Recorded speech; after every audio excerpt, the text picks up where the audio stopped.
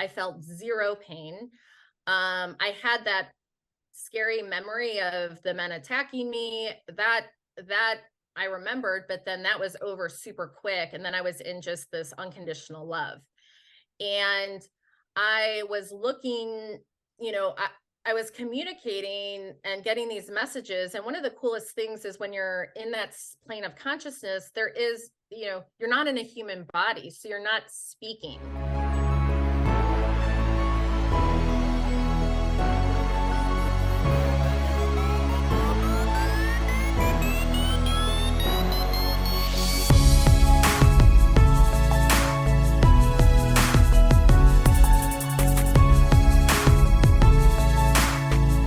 I'm Dr. Allison Snowden. I'm on Your Superior Self. Dr. Allison. Yes. Thank you for taking the time. I'm so excited to have this conversation with you. Sure. Well, I have you on the show because I want you to talk about your near-death experience.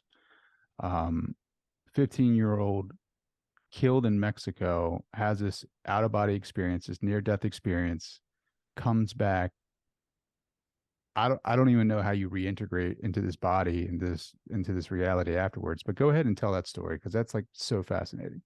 Yeah. So, I always start telling this story before, because, everything that happens in our reality, in our consciousness, in our life, there's usually some, event or some intention or something that's happening before the manifestation of something.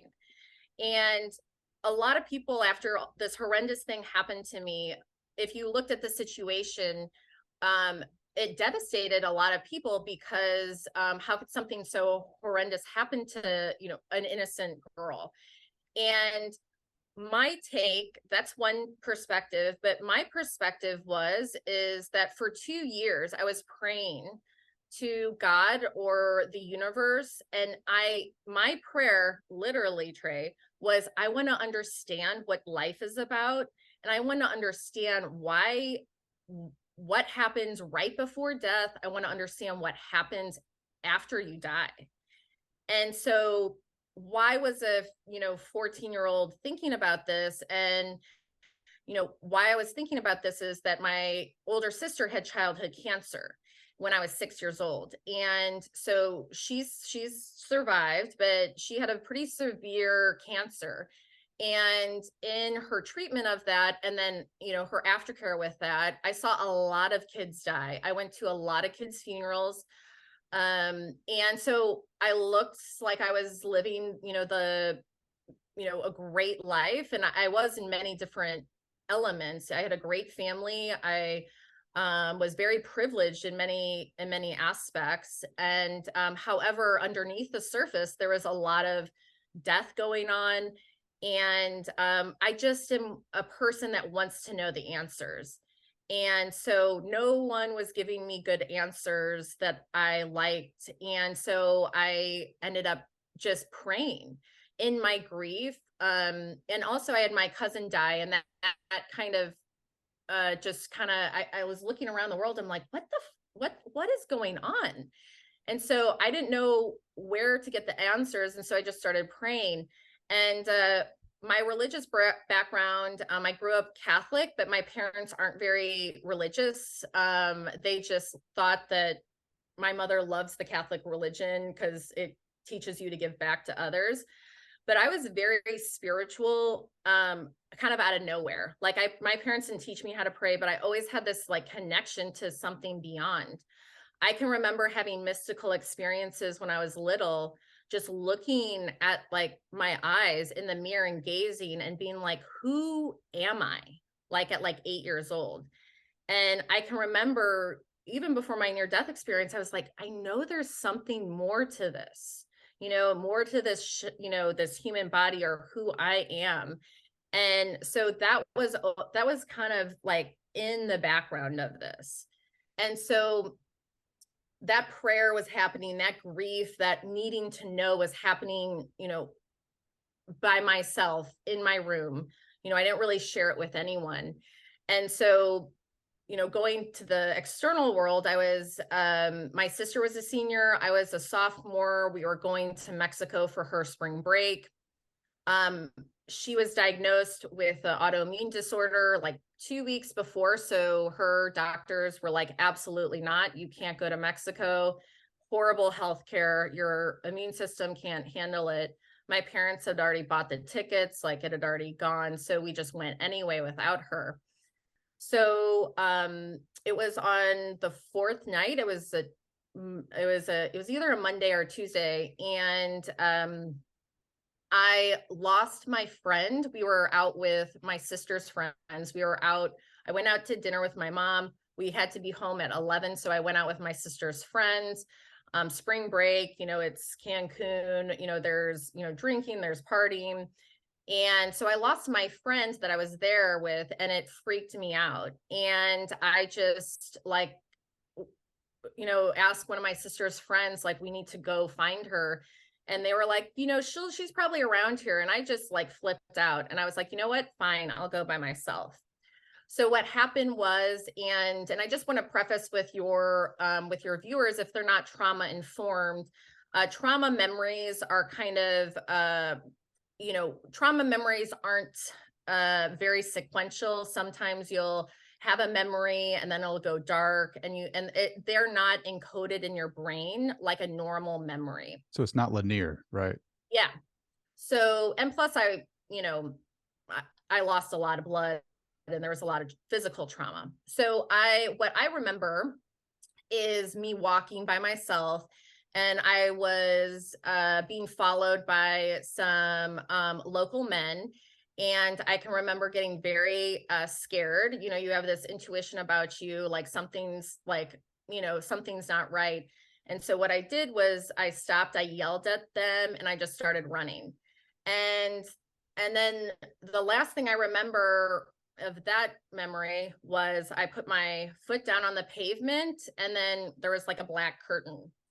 And then after that, I just remember like being very confused. I didn't feel any pain. And I remember my underwear being pulled and it coming down my legs. And so I was sexually assaulted, and I was screaming and fighting for my life. And then all of a sudden my consciousness goes black.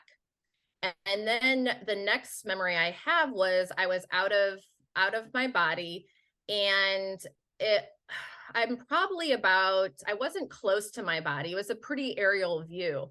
So I was out of my body, and there was this whole drama that was going on. I look down and I see this, I call it my meat suit. So this body, that I call Allison Snowden, or that is called Allison Snowden. I looked and I was like, I died. And I was in a pool of blood. My leg was out of my skin. And literally, like, there was ambulances trying to come in. I could feel some of the emotion of the people. Like, there was some people trying to help before the ambulance was coming in. And I could feel their concern and their grief too. But honestly, I was really the best I can describe it to you and to your listeners is that when you have the TV on in the background but you're not really listening to it. Mm-hmm. So there's this whole scene that was going on, this whole drama that was going on with like my body. And it was in the scene. I could kind of see what was going on, but I was in this cocoon and this energy of unconditional love. And I was home, and I was just enveloped in this unconditional love, this light. And it was just the most blissful, ecstatic feeling that I've ever felt. And there was it was pure energy. So some near death experiencers like see things, but this was a pure felt experience. It was pure energetic. And that's sometimes hard to get across to people because we're such visual creatures, that we're like, oh, heaven is a place, or I'm going to look a certain way. But the thing is that we're pure consciousness. When we're just in our consciousness, we're not a physical visual being. It's just pure energy. So when I was in that space, I was in this plane of consciousness that was beyond time and space. There was all of these different messages that were coming through. I felt like I was up there for forever. I got several messages. One of the biggest messages was I knew and I saw and I knew of the truth of reincarnation, or that was my experience. So one of the things is that there was these files about my previous lifetimes that I could access, and there's a lot of data, and so I remembered because all of this stuff is in our consciousness. However, when we're born into a human body, like we have this amnesia, right? And a lot of what life is about learning and evolving, but then also remembering who we are. And so I just remembered all of these things. I remembered planning for my birth, into this incarnation.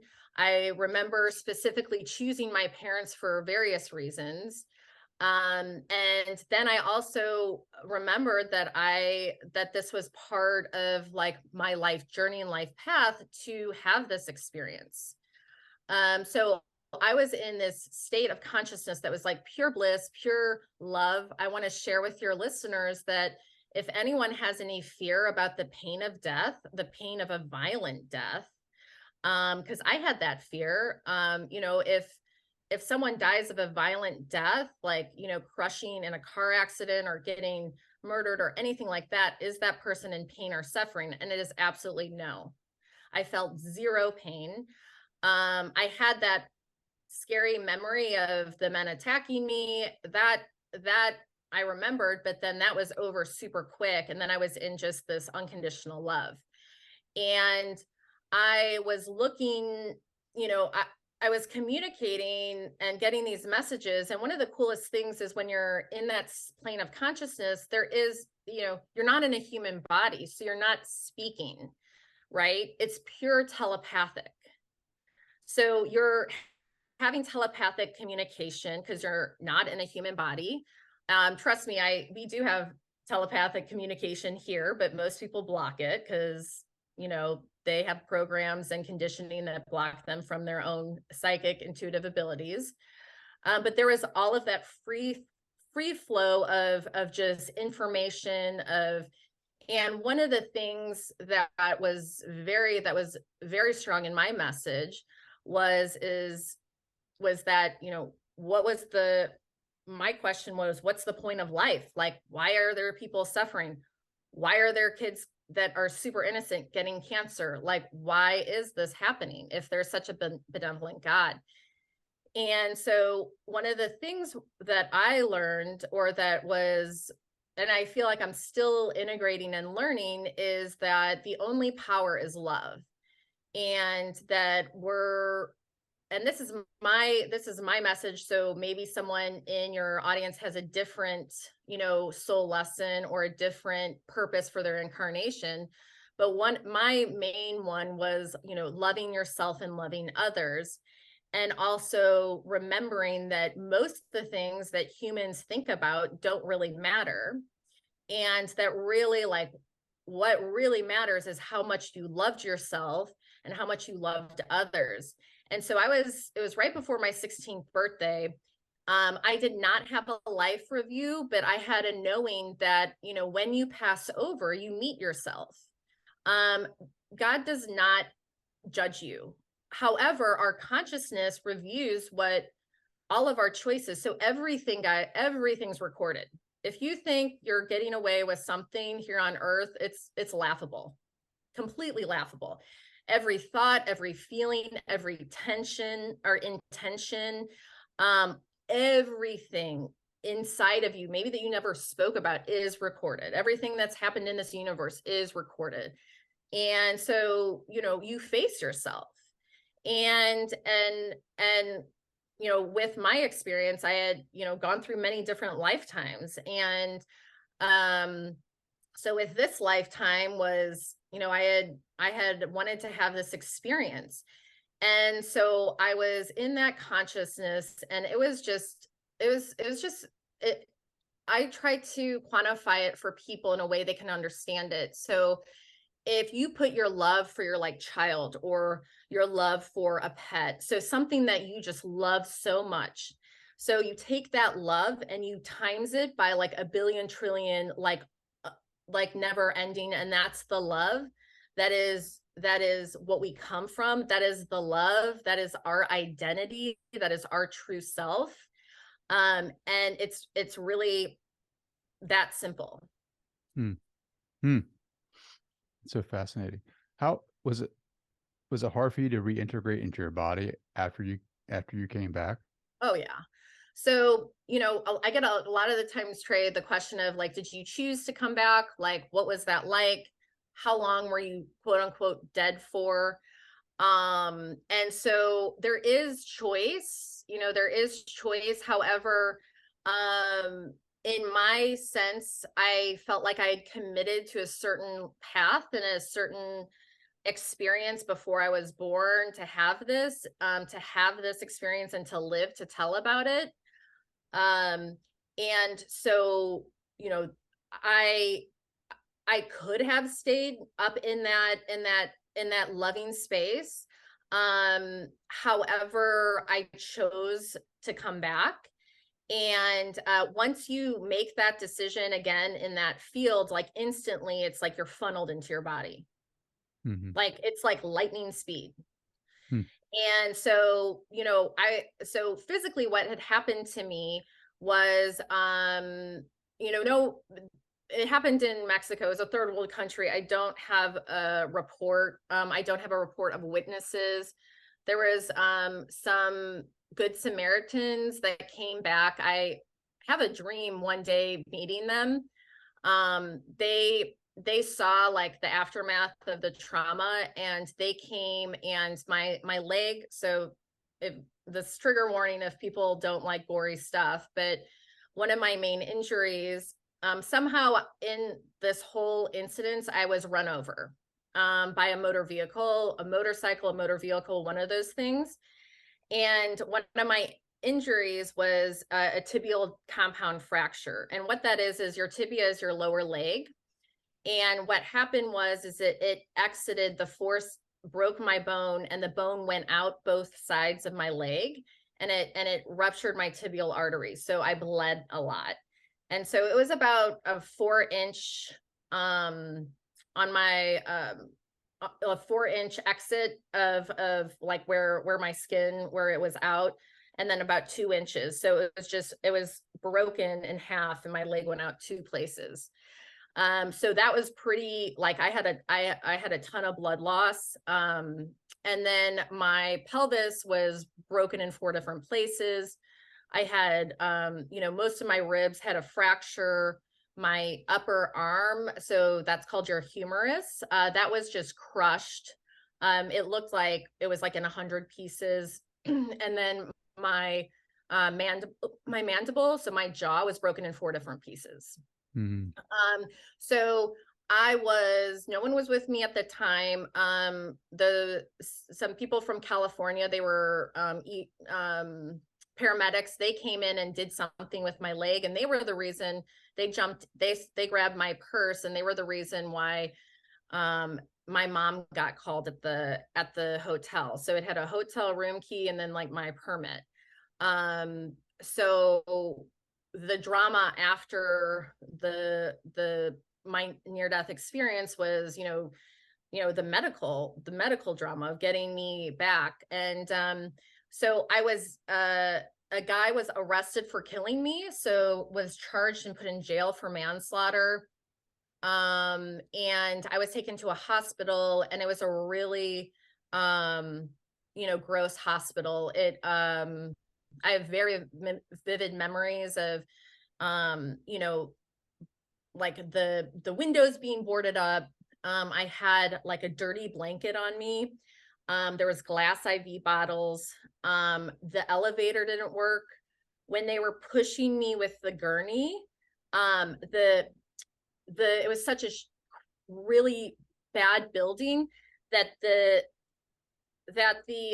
going through different doorways, like the floor wasn't level, so they would push me, and then it would kind of ricochet through, like the gurney wouldn't go over, and so they keep on pushing me, and I had a broken pelvis in 4 areas, and that just hurt extremely well, like extremely, like the pain was insane. Mm-hmm. They didn't have any morphine, so I went without morphine for until I was medvaced back to the States. So I think it was like 18 hours. I had zero pain medicine. I had to have emergency surgery in that hospital because, you know, like they needed to put my leg back in. And so that was a very scary whole thing. The doctors weren't wearing gloves, like they were wearing street clothes. It was very terrifying. So my mom came, and so I saw her before I went to surgery, and I came out of surgery. Oh, the hospital didn't even have AC. So I'm covered in blood, and I'm sweating, and I have like dirt all in me. So they didn't have an MRI machine. They didn't have a CAT scan machine. My mom's a nurse, so she knew that I was either bleeding internally or I had just lost a ton of blood. So there was no way to see if there was anything going on internally. My mom said that she was hopeful because I recognized her. I really couldn't talk because my tongue was so swollen. It was so swollen, it was almost coming out of my mouth. And so here's where the story it gets interesting. I'm in post-op, and my mom said, Allison, I'll be back.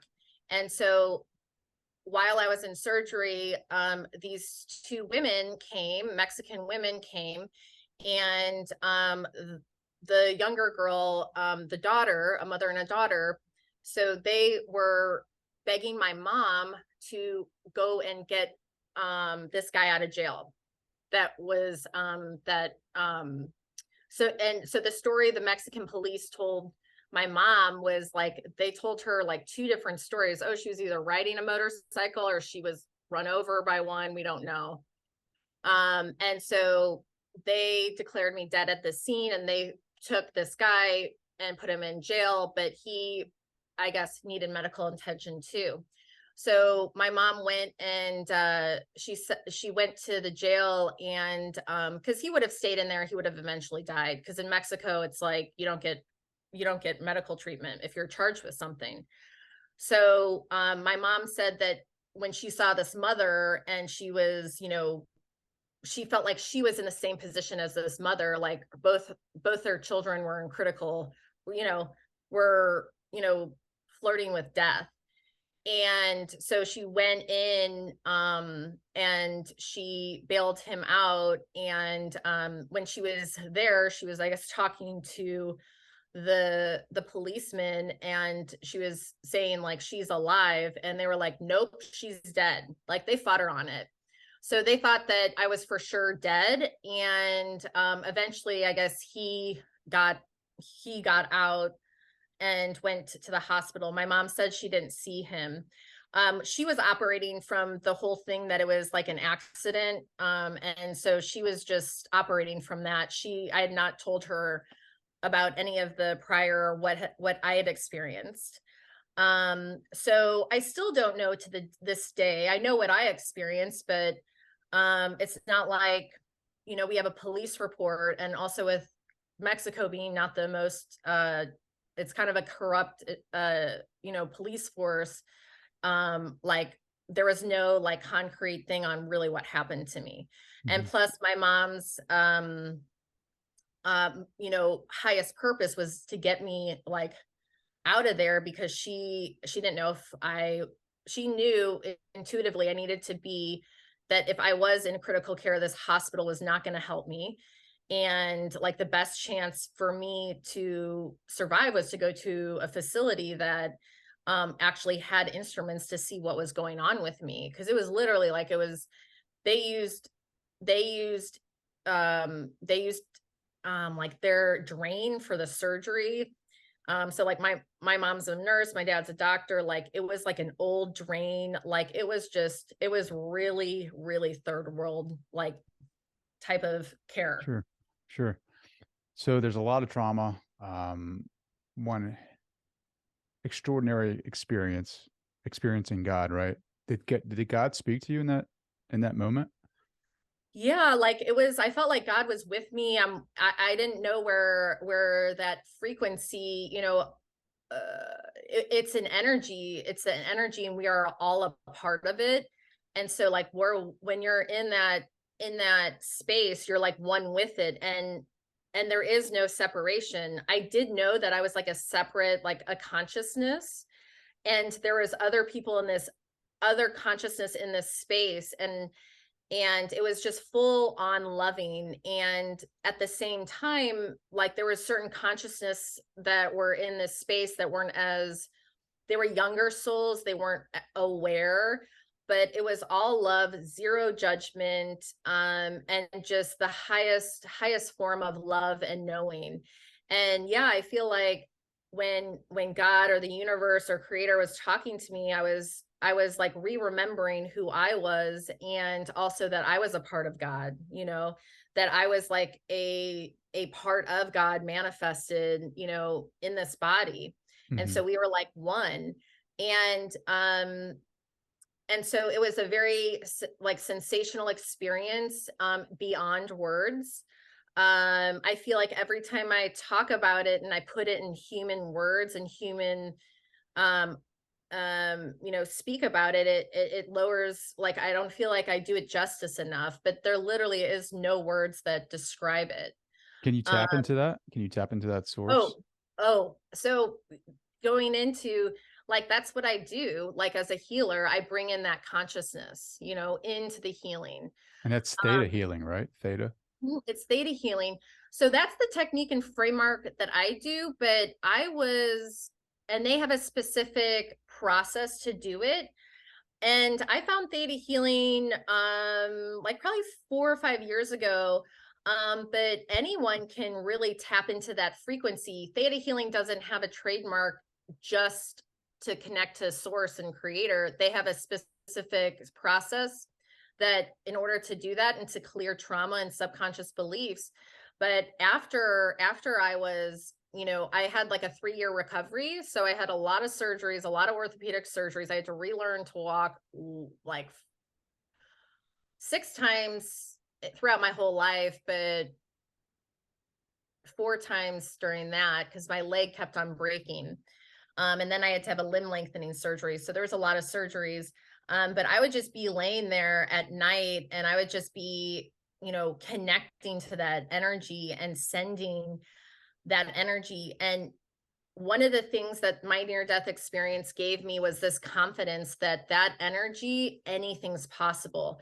When you're on that plane of consciousness, you just see so much and you just feel that with that energy, like miracles happen, anything can happen. And so the, the, I guess the advantage I had by remembering that whole experience is that when I came back down, and I have doctors telling me like, you're never going to be able to run again, you're going to be in pain the rest of your life. I was like, I'm going to heal this. So I just had this knowing, that I was going to heal this. And I was a runner. I was an equestrian. So I was super active and athletic before. And I can remember I would just focus. I would just dream. I would just remember running. I would remember one day, I'm like, I'm going to run. I'm going to be pain free. The reality of the situation, I don't know if my, people probably, thought I was delusional that I could one day run. And a lot of my doctors told me I should just accept, I was going to be in pain, which I completely rejected. I was like, I am not, I did not survive this to be in pain my whole life. And I'm going to find a way to heal.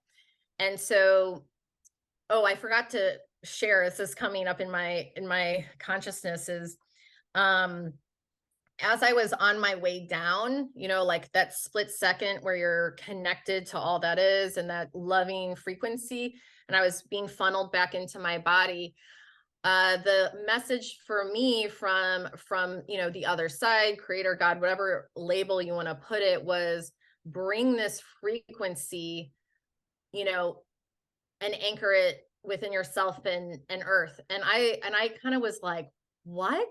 Hmm. Like, how do I do that?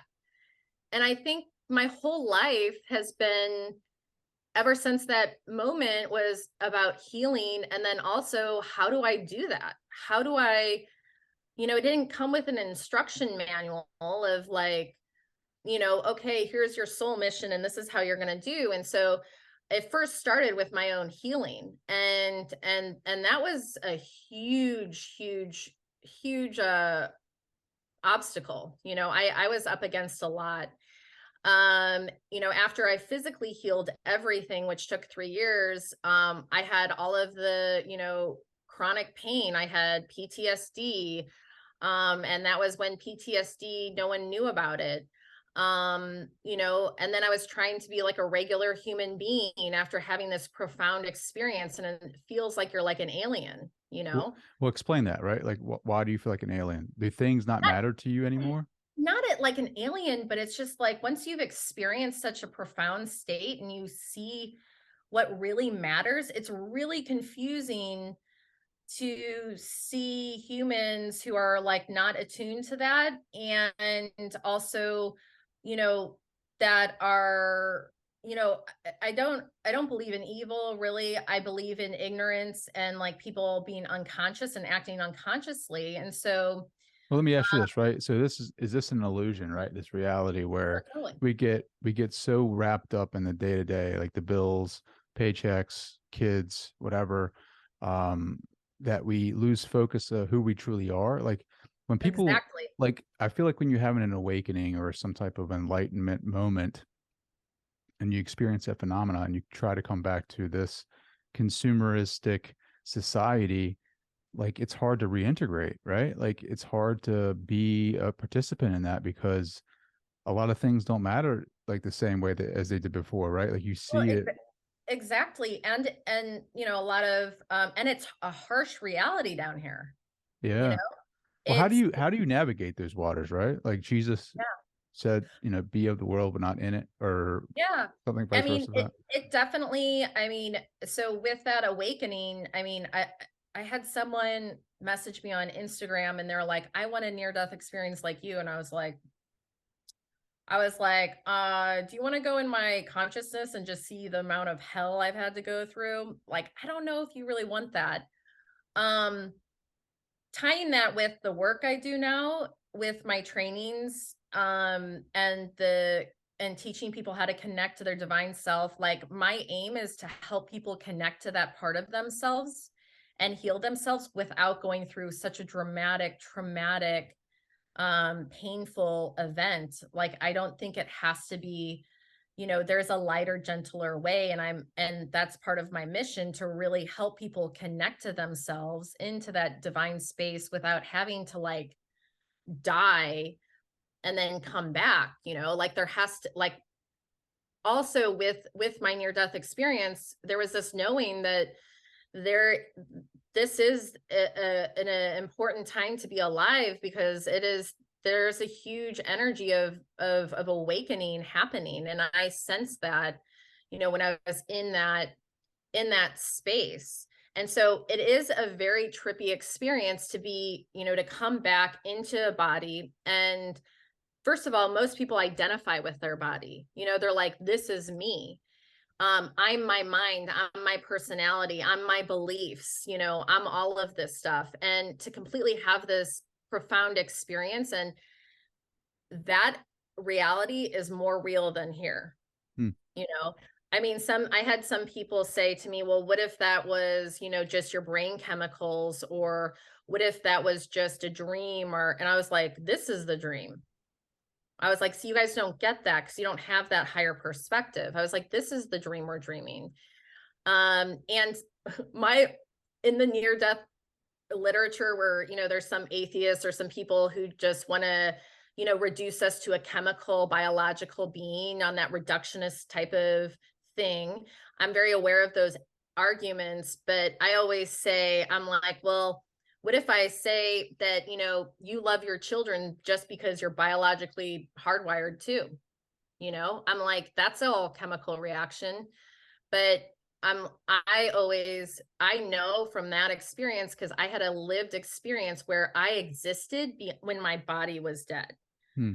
Like when we die, we go on. We're energy that, it's going into physics, like energy is either created or destroyed. It just shifts, it transforms. And so, Well, how do you view death now? how do I view death? Yeah. Oh. I mean, probably a very strange way. I mean, you know, I'm not as scared to die. I know it's not going to hurt.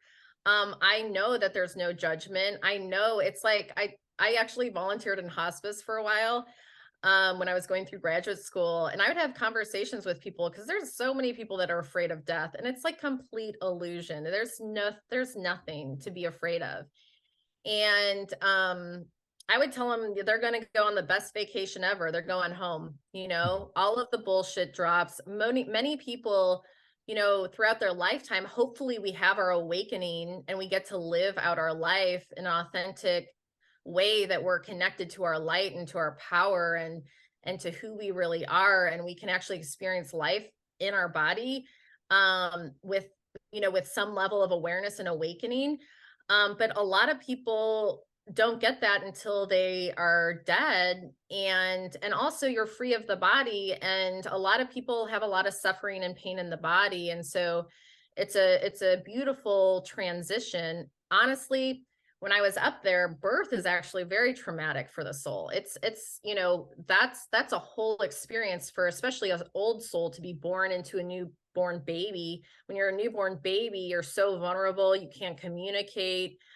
Sometimes when I I don't know, I held my nephew, and he's a old soul, and I was telepathically communicating with him just through energy and love, and he was crying, and he wouldn't stop crying, and I took him and I was like holding him, and I was just communicating with him through energy because I had dreamed about him before he was born. And I was communicating with him, and he was just like, This like, sucks. this sucks. I can't move. I can't, I can't communicate my needs. It's like, it's annoying, Sure. especially for, like it is kind of have to start all over. Right. Did you So come that's back with like abilities, right? Like psychic me. abilities? Yeah. Yeah. Yeah. Intuitive healing. I was always an intuitive and an empathic, like just knowing. And I always feel like I was a healer. Like I always just wanted to help people heal. And when my sister was in the hospital, I would, just put my hands on her. So I feel like that was already like a part of me. But yeah, like intuitive knowings, intuitive. Now it's very normal to me because I've lived with it. But it was really difficult integrating the awakening, the consciousness, because once your consciousness expands with an experience, you can't fit it back. It's like, Can you it's see there. that? Like when you're interacting with people, like can you see where they're at in their levels of consciousness? I can see where they're at, and I can see where the traumas are, and I can see what's going on in their chakras energetically. So it depends. I can see a lot of different things.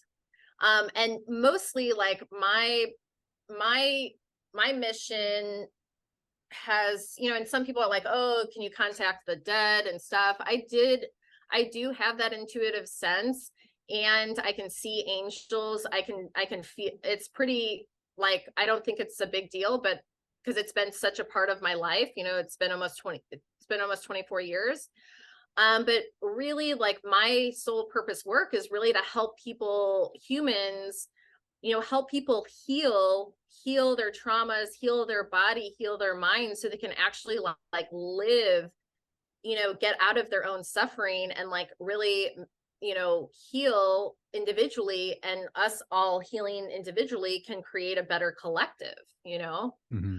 Um So I do have a sense of, I like my grandma died and I saw that whole thing happening before it happened. I saw her soul guardian angel come down and swoop her up. No one else saw that. I saw that. So I do see Do you all of see it with that. your eyes, or do you see it with like your third eye, kind of? Yeah, I see it with my eyes. Yeah. Oh, that's pretty. So it's different. So with big things like that, like like when my grandma was taken, I was with her and my mom, and this huge angel, like big, big, like, like, I don't know, 12-foot wingspan. It's like iridescent see-through, and the energy just came down, and I just got chills all the way through me. And she wrapped my grandma up and wrapped my mom, and I looked at my mom, I go, "Do you feel that?" And she's like, "What?" And I go, "Do you feel that?" Because I knew my mom doesn't see things like I do. And she's like, "Kind of." And I was like, they're gonna take her now, And it was one of the most beautiful things, because the archangel just like took the spirit up, and then her body just, became lifeless. Does that happen for everyone, or is that just for special people that have that type of exit? You know what I mean? Like an archangel coming down and grabbing them out of their body. Like I don't know if everyone has that. Um, So yeah, I sometimes get the question of like, like what if people are like is it like the quality of the person or something, or that like they get that, type thing? Is that kind maybe of maybe it's like either the quality or maybe like they're just linked to them somehow from yeah. past experiences. Yeah, I mean, I honestly feel like everyone has angels. I feel like I am a proponent, and I get backlash from this, and everyone, I mean, I'm here sharing my story. I am a huge proponent of everyone finding the light, their own experience. Like everyone has the right and the divine right to find and connect on an energetic soul level and have these experiences if they want them. You know, if you want to have a near death experience, I mean, watch for what you wish for, because it might happen. But you in my classes and in my trainings and with my sessions, people start to feel and see, their real self once all of the trauma and the bullshit and the conditioning. I mean, we're all heavily conditioned. You Well, where know, do our beliefs come from? Right, that so conditioning. yeah, so our beliefs, guys, my training, if so right now I work primarily with teaching energy medicine to individuals who are on the healing awakening path and just want more help and want more accelerated help. And I also teach other healers and doctors how to do it too. And our beliefs, so I've studied anatomy. I love the human body. And so I'm going to kind of do a little bit education around that. And so our beliefs, a lot of our core beliefs are formed, from third trimester up to 7. And then obviously, each life event keeps imprinting and changes us, as we live. But a lot of our set programs are programmed when we're younger. And the interesting thing about this, if you know anything about neuroscience, human development, is that, I mean, and I just have, and I work with a lot of people. I work with trauma survivors, and then I also work with people who aren't trauma survivors, but all of us have been hurt in some way. All of us, humans are imperfect. We get hurt physically, we get hurt emotionally, um, and so that leaves an imprint, that leaves beliefs. And so when we're younger, we're just a sponge, and we're learning, we're growing, we're learning about the environment. And if our parents tell us the world is this way, then we may accept it or we may reject it, and accept the opposite. And so a lot of our memories, though, a lot of our unconscious memories and feelings and unconscious drives, we don't even really have a conscious awareness of. So for example, and I don't know if you've heard of Dr. Mate, so the myth of normal. So he does a lot of work with trauma, but a lot of these things, like when we're younger, we're very impressionable, and what we're exposed to, has an impact on our health and on our brain. And so this starts to happen, from birth all the way up to 7, and it continues. And so what happens is that a lot of people have some of the deep programs, don't even have words, right? Because we don't even really master language. I mean, I don't know when we really master language, but a lot of things happen to us when we're younger, that are teaching us about, giving and receiving love, about, what the world is, if it's safe or it's not, before we even have language. So what I find in my practice is a lot of things, don't have language, and their sensations, their feelings, and they're formed before, our prefrontal cortex is developed.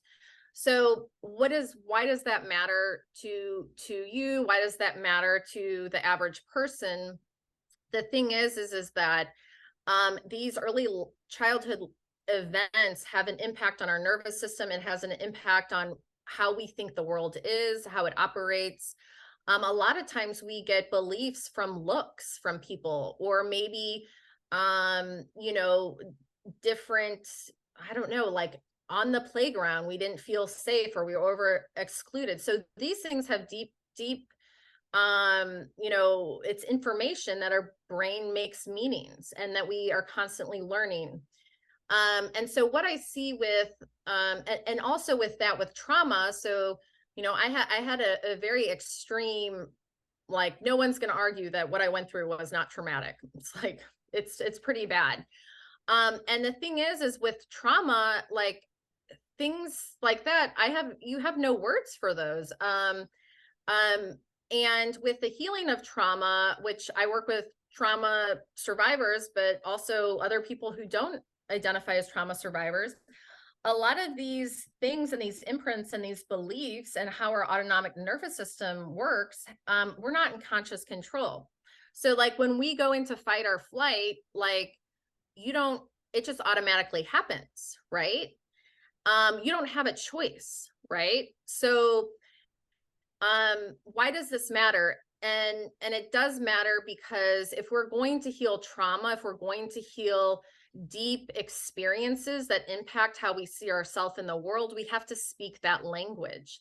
And for me, that's the language of the nervous system, but more importantly, it's the language of energy, and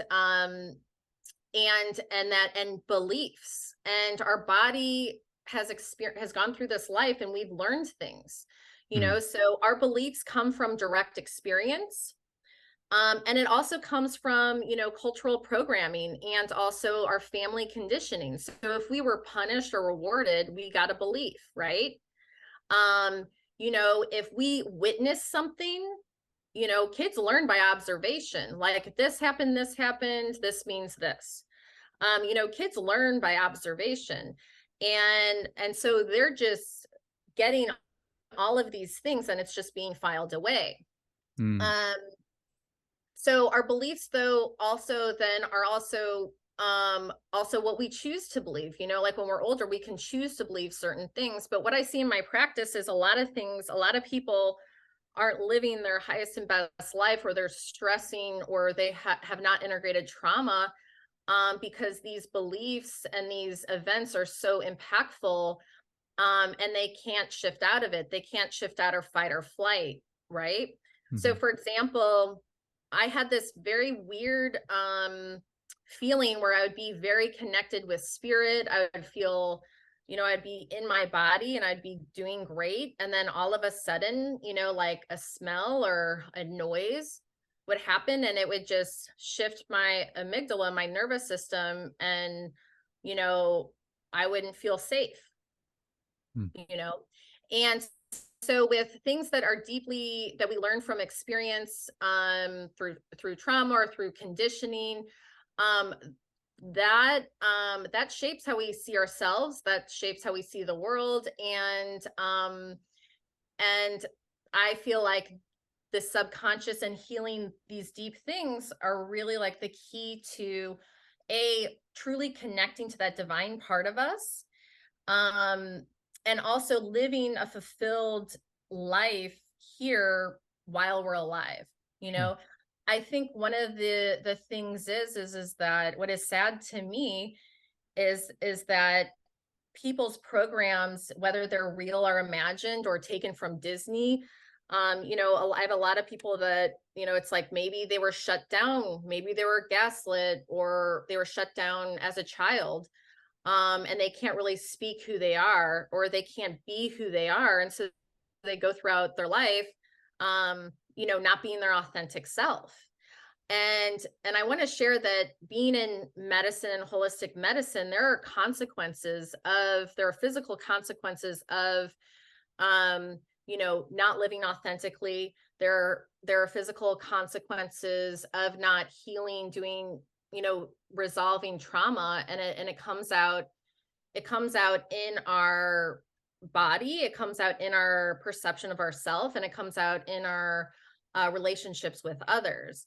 And I really, so I love, so I guess you're starting to see like the different worlds I move between, like kind of the anatomy, the brain, the trauma informed, but then also my first reality, and the reality of everything is consciousness.